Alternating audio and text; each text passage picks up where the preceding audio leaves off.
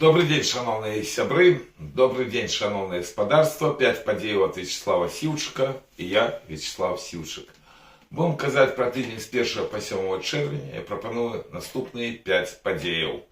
3-6 червня Петербургский международный экономичный форум 26 года. 4 червня лист Владимира Зеленского до Владимира Путина. 7 червня парламентские выборы в Косове и Армении. 2 червня беспорядки в Саутгемптоне по справе забойства Генри Новака. И 5 даты белорусов в календаре. 3-6 червня в Санкт-Петербурге отбылся уже черговый экономичный форум. 30 годов в России такие форумы проводятся. Яны хотели сделать гэтую падзею нейкай альтэрнатывай Давоса. Натуральна, іх блізка гэта не атрымалася за кошт, в першую чаргу, расійскай агрэсіі ва ўкраіну. Але ж сёлетні гэты форум мае дастаткова пагрозлівыя ноткі для Беларусі і для Европы. Ну, першае тое, што Давос не атрымаўся в России, потому что пораўноўваць гэтыя два экономичные форумы просто непрыстойна. А яшчэ адбыўся разворот России до глобального поўдня. Тому были представлены вельмі серьезные делегации с Китая и с Саудовской Аравии. И это была краіна, удел якой сёлета падкрэсліваўся со всех боков. Цікава было то, что оживление адбылося на европейском фронте за кошт політычных справ и за кошт того, что еще 1200 немецких компаний дзейнічаюць в России, нягледзячы на санкции. И, как я разумею, гэтае супрацоўніцтва будет пашырацца. В основном удел досыць массовый с Німеччыны был забеспечены на палітычным узроўні праз ультраправую партию «Альтернатива для Германии», якую давно связывают с путинской Россией. Что там не так для Беларуси? Ну, я еще хотел бы додать только, что все гости и удельники этого форума могли бачить атаку беспилотников украинских в самый первый день. Дым от ударов, после ударов был бачный. Вось. Але важно тое, что пригучало на форуме з вуснаў таких адіозных расійскіх дзеячоў, як Константин Малафеев, Александр Дугин. Это ядерные погрозы России, про якія я казаў еще 3 года тому назад, про якія весь час кажа Микола Статкевич, белорусы не чують. Все остальное абсолютно дежурное, стенды, якія падкрэсліваюць, быццам бы Россия добра стаіць падчас войны. Лічбы там оперировали все, пачынаючы с Путина, об тым, что рост европейской экономики меньше, чем российский. Это при том, что Россия ведет войну. И так далее и тому подобное. Выступ самого Владимира Путина жестко показал, что Россия и далее собирается проводить экспансию и спынять войну, спынять агрессию в Украину, яны не собираются.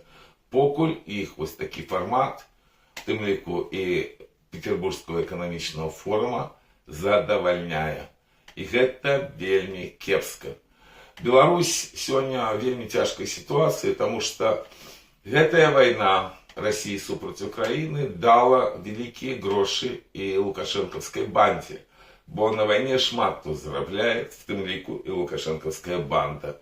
Некоторые удельники форума Захода, яны таксама вельми хочуць зарабіць на войне. Свой да своего по свае. Шановные сябры, калі ласка, падтрымайце мой YouTube канал Вячеслава Сивчика. Калі ласка, распаўсюджвайце информацию, что такие YouTube канал есть.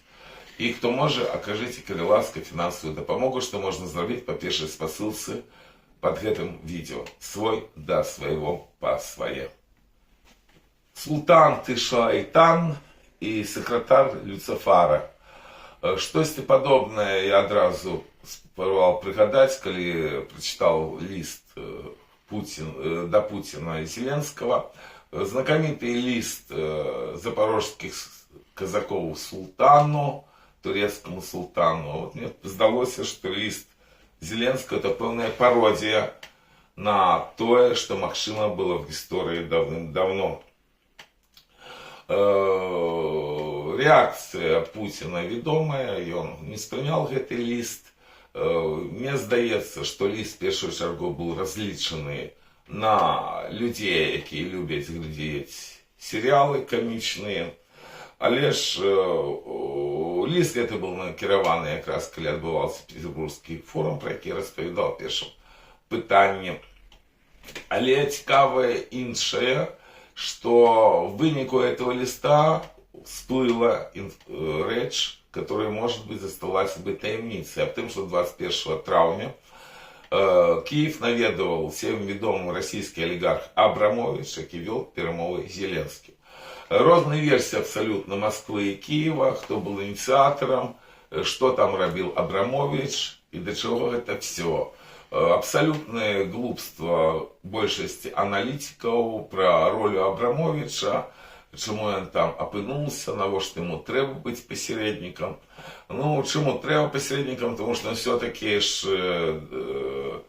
миллиардер, олигарх, які тесно завязаны с дзейнічым расійскім режимом. Не трэба забывать, что он начинал с того, что был маўклівым человеком, які добра рабіў шашлыкі і шэпчацы Ельцина. К тому же, калі брать Зеленского, Абрамовича, Миндича, то в принципе это одно поле, и им есть про что поговорить, потому что вельмі великие гроши их так само об'ядноўваюць. Не забывать, что Миндича, які так само вельмі тесно все равно повязаны з Зеленским, жонка мела мать, якая была вельмі уплывовая менавіта в габрэйскай грамадзе Москвы, да якой належыць і Абрамович. Таму, чаму там был Абрамович, гэта абсолютно зразумела. Незразумела іншая, наколькі тая інфармацыя, якая ёсць СМИ, яна адпавядае рэчаіснасці, бо такія перамовы яны закрыты, а пасля, бачыце, абодва бакі по-рознаму іх пачынаюць трактаваць. Але ж галоўнае зараз не гэта. Галоўнае мусіць тое, што на адрозненне ад Абрамовича, Петр Порошенко недавно впершыню сустрэлся с Владимиром Зеленским пасля 22 года. Так само вельмі цікавая рыса. И Петр Порошенко, он однозначно сказал, что Украине трэба, вельмі трэба, каб была закончена гэтая война. Вот это для меня больш важный показчик того, что отбывается на войне, потому что война тотальная. Відавочна, что удары, якія наносятся и Украиной по России, и Россией по Украине, робятся все больше и больше массовыми, больше людей гинет. На фронте пэўная стагнацыя. Россия зараз значно менш заваёўвае украінскай тэрыторыі, чым раней. Але ж все роўна паўзучы наступ ідзе. І гэта значит, вот заява Петра Порошенко, что все-таки в Киеве есть силы, якія разумеют, что практично отбывается героичная гибель братнего нам украинского народа. Это вельмі кепска. И вот гэтыя листы Зеленского, яны нагадывают, як ён зрабіўся заможным человеком, за кошт чаго яшчэ до того момента, як в 19 годзе его громадяне Украины обрали президентом. Листами той катастрофы, якую сёння ёсць в Украине, не спыніць. Покуль выглядает так, что Россия планует воевать и в 27 и в 28 году, что является катастрофой для всей Европы.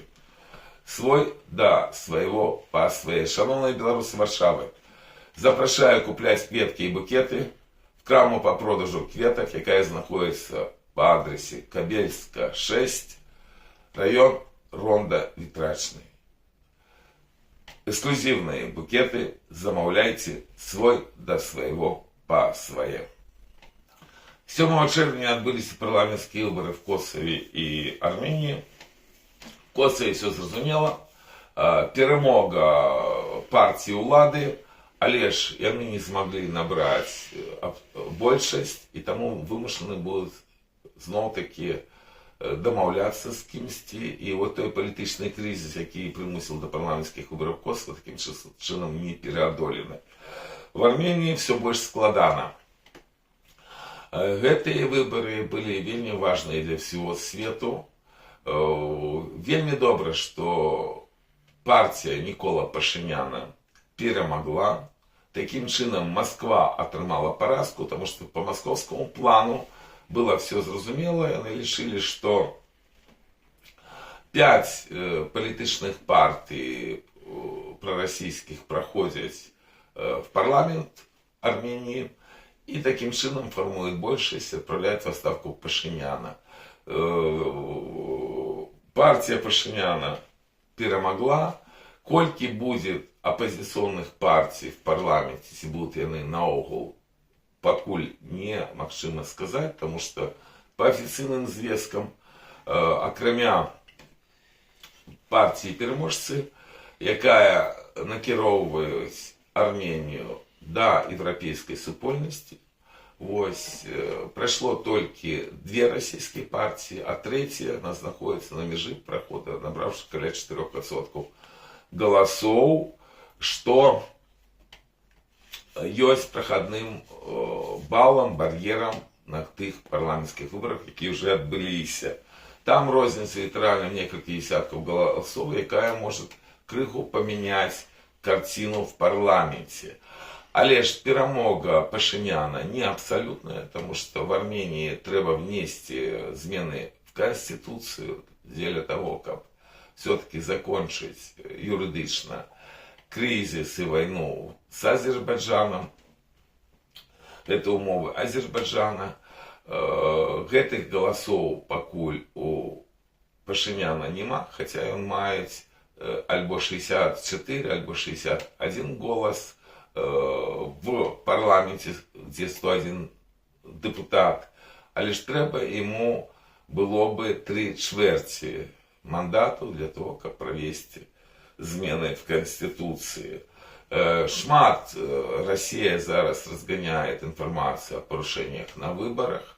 Натурально в такой ситуации нема классичной демократии. Для Армении, певно, есть трагедия, что голосовать могли только в Армении практично, бо у них вельмі великие диаспоры, які завсёды отыгрывали важную роль в політичному житті Арменії. Лишь якраз в России армянская диаспора натурально цалком под контролем спецслужб России. И тому один из методов, як они хотели повалить Пашиняна, это завозить просто с России армянских громадянов. А когда голосование отбывалось там, то думаю, что выники были такие, как намалевали бы в Лубянце. Все-таки, не глядишь на то, что сам парламентаризм, сама демократия, самі демократичні процедури вельми и вельми важные. Я это завсёды подкресливал, и я не могу сказать, как выборы в Армении отбывались гранично по потребованиях, які есть при демократичных процедурах, але все-таки я хотел бы павіншаваць народ Армении, бо яны, менавіта народ, атрымалі на гэтых выборах перамогу, бо Армения спрабует вырваться з жорсткіх обоймах Москвы. Пожидаем поспеху и народу, и будущему парламенту, бо шлях это вельмі цяжкі, не просто асабліва для краіны, якая толькі проиграла жахливую войну своему соседу Азербайджану. Свой да свайго па свае. Шановные белорусы Варшавы, запрашаю вас на традиційную акцию белорусов в Варшаве. о 14 године в неделю 21 червня до помника Коперника. О 14 године 21 червня помник Коперника. Будьмо разом, свой до своего по своє. Четвертая подія на європейське – это беспорадки в Саутгемптоні, бо был вынесен в понедельник вырок суда по забойству 18-годового студента-поляка Генри Новака. Ты, видя кадры, які были представлены в суде, викликали громадне обурення і відбулися масові беспорадки в Саутгемптоні, там, где забиты был в снежні Генри Новак. Гэтая справа забойства Сінхам поляка, и она выкликала вельмі великий международный резонанс, потому что комментовал это и вице-президент США Венс. Великая роль тут, то, что люди про это ведают, и Илона Маска. А в Великобритании это выкликало кризис, и вот как раз и массовые беспорадки. Супротив яких, между іншим, я выступаю, потому что ніякими массовыми беспорадками ту катастрофу необольшевизма, яка проявилась і по справі Генри Новака, спинити немагчыма. Треба просто мати політичну альтернативу глобальному порушению прав человека и переваги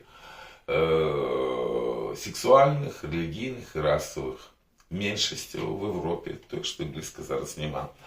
Что выкликало обурение людей? То, что 5 ударов нанесены были кинжалом Генри Новаку, Сінхам, але ж полиция он обвестила тем, что это на него напали и что он ахвяра, потому что шли образы за его расу. И натурально полиция, якая, як і все громадство Європи, під тиском, що расові меншини мають перевагу, опранають кайданки уже на смертно пораненого Генри Новака, замість того, щоб одразу показати йому допомогу. Вельми пристойно повела себя семья Генри Новака, не глядячи на всю трагедию. Батько вельми добре выступал, великие спочування родным и близким. Але ж в Англии особливо то нема комментовать, кому эту справу натурально ультраправые про это кажуть. Ось, але ж глобальное порушение Декларации прав человека как раз привело до того, что в принципе нема політичної альтернативи. Ну и, конечно, диковато выглядает, когда с другого боку комментарии дают министру внутренних справ, мусульманка, причем она такая активная мусульманка. Это в Англии. И керівниця оппозиции консервативной партии, якая, хотя и народилась в Англии, а лишь дитинство провела на родине своих продков в Нигерии. И натурально это все гучить вельми так проблематично для Европы, потому что сапраўды страшно. Натурально это трагедия, но кожное забойство, кожный гвалт, вось, это страшная трагедия. Але ж тое, что отбывается уже на працягу некалькіх десятгоддзяў на Захадзе, гэта сапраўды тая катастрофа, гэта не бальшавізм. І пакуль рецепта от этой хваробы мы не бачым. Пакуль можно сказать, что будет все працягвацца як и раней. И, конечно, для белорусов достаточно страшно, потому что не треба забываться про то, что те люди, которые обвесили себя лидерами на диаспоре, они как раз финансуются з тих колов, які я в открытую называю не большевистскими, які мають приват інтересів, коли інтереси меншостів стоять на першому плані. И практично, коли казать уже открытым текстом, то есть этот навязанный гендер, это практично суицид для тих наций, якія ввели вось гэтыя адзнакі не бальшавізму, калі замест диктатуры пролетариата прапанавана была захаду перевага меншасцю. У выніку мы бачым, што робяць з большасцю, і бачым, як практычна вымірае заходні свет. Што, канешне, катастрафічна, і Беларусь не мусіць пасля тых всех жахаў, якія былі ў 20 стагоддзі, пасля тых жахаў, які прынёс вот этот реванш ГБшных структураў, это ёсць генезіс банды Лукашэнкі, трапіць пад тое, каб навязалі знікненне нацыі праз шэраг законаў. Так не мусіць быць. Свой да свайго па свае. Шановныя беларусы Варшавы, запрашаю вас 25 чэрвеня на канцэрт на руінах Великого княства з метра Бартосіка, які пачнецца о 19 гадзіне в краме Вырай, аллея армії Людовой 12. Змітер Бартосік, это заўсёды вельмі цікава, запрашаю 25 чэрвеня о 19 гадзіне, крама Вырай, аллея армії Людовой 12. Свой до свайго па свае. 1 чэрвеня 98 гадоў з дня нараджэння Леакадзіі Шышэеў. Уже 3 гады, як на небеснай Беларусі, гэта беларуская патрыотка, палітвязень, вязень ГУЛАГу. Зусім маладой яна арыштавана была, уваходзіла в Чайку, падпольную арганізацыю беларускай моладзі. Жахлівыя лагеры, здолела вернуцца. Жылі яны разам з мужам, таксама палітвязням у Вільні, і дажылі до того часу, калі Беларусь зрабілася незалежнай, што вельмі добра. Але колькі лёсаў зламалі жахлівыя бальшавікі. Мы памятаем пра Леакадзію Шышэй, дзівочае прозвішча Кавальчук. 1 чэрвеня 115 гадоў з дня нараджэння Куба Міско. Вядомы беларускі дзеяч, пісьменнік. Ён з заходняй Беларусі. Ён быў вядомы па змаганню з польскімі ўладамі, некалькі гадоў правёў в турме. Адзін з тых людзей, які захварэў на камунізм, што прынесла трагедыі і самому, і Кубу. Ён быў арыштаваны органамі НКВД, але ж быў вызвалены. Арыштаваны, таму што шмат хто з дзеячоў кампартіі заходняй Беларусі наогул быў забіты чекістамі.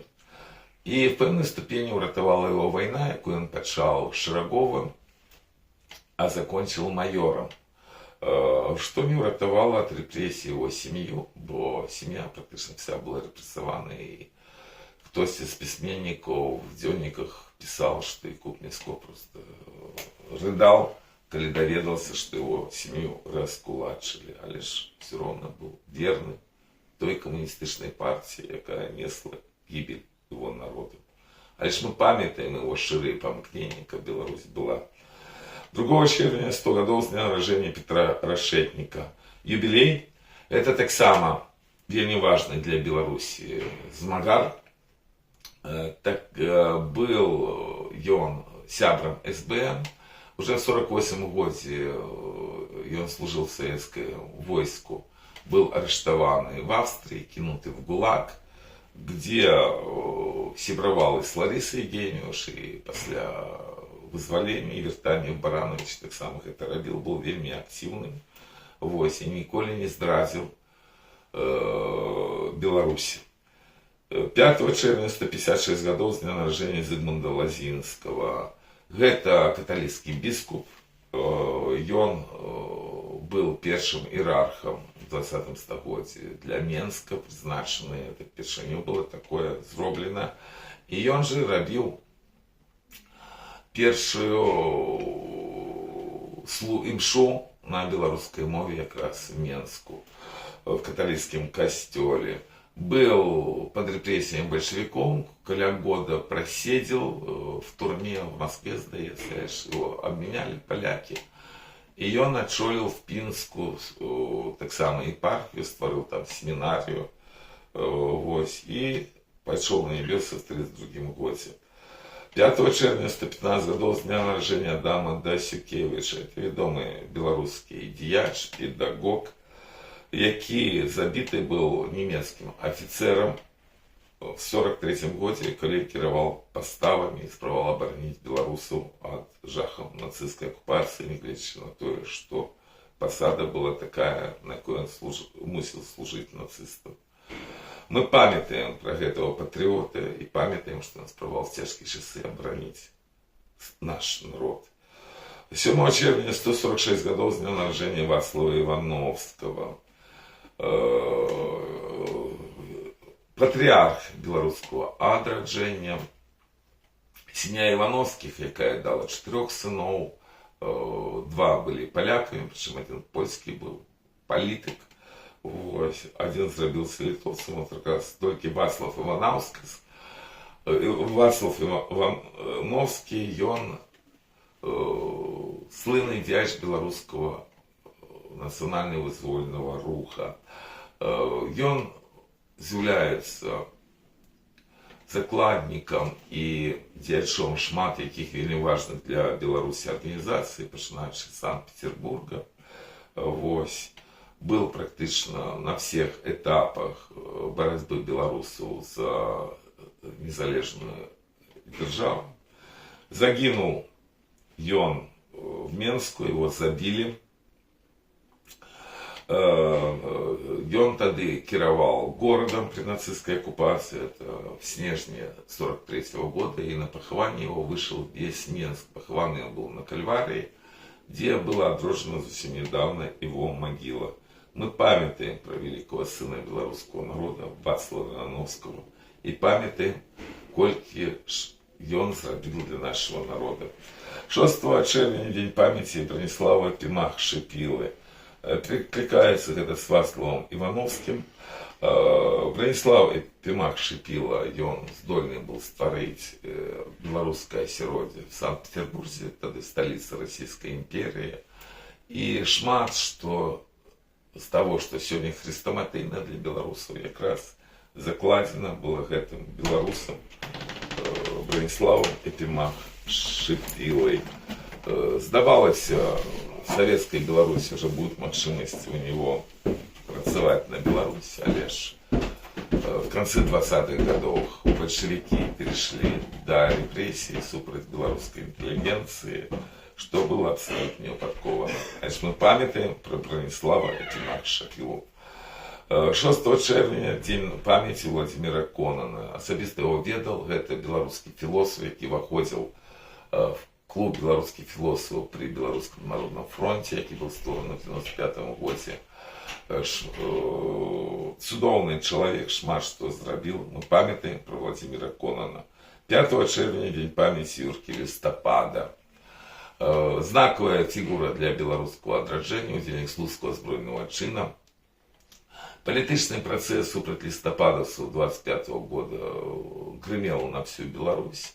Тады Юрку Листопаду дали только 5 годов турмы, але ж гэтая турма, гэтые репрессии зацягнуліся, и он был расстрелян в 38 году далеко от Беларуси.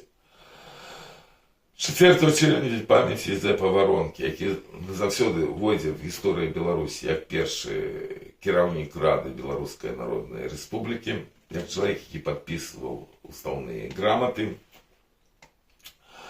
Ему удалося уникнуть коммунистичных репрессий только тому, что в 20-х годах, после того, как он занимал посаду министра по справах Беларуси в Тарибе, в Овраде, в Ковно, литовским, и он уехал в Америку, где так само причинился до створения белорусских организаций. И 1 червня день памяти Тадаса Иванаускаса. Ну, я обов'язково включил эту дату, потому что зараз распаливается межнациональное вражнече поміж всеми народами Трохморья, там послідовно займаються Москва і не большевики, бо їхні задачі тут спадають, знішення нації. А Тадас Івановськас, який народився як Тадеуш Івановський, маєнтку Лебедівка, і він дастатково великий внесок має і в науку, і вельми поважаний в Литве, тому що денежил в Литве, він сам вивчив литовську мову. А ще він завсюди допомагав своєму брату Вацлаву, і він допомагав білоруському руху. Тому ми пам'ятаємо про тих людей, які повинні були б назавсьоди зробити єдність поміж білоруським і литовським народом. І от одним з цих людей з'являється Тадас Івановськас, який закладав і в Ковний університет литовський, який діячив в Віленському університеті.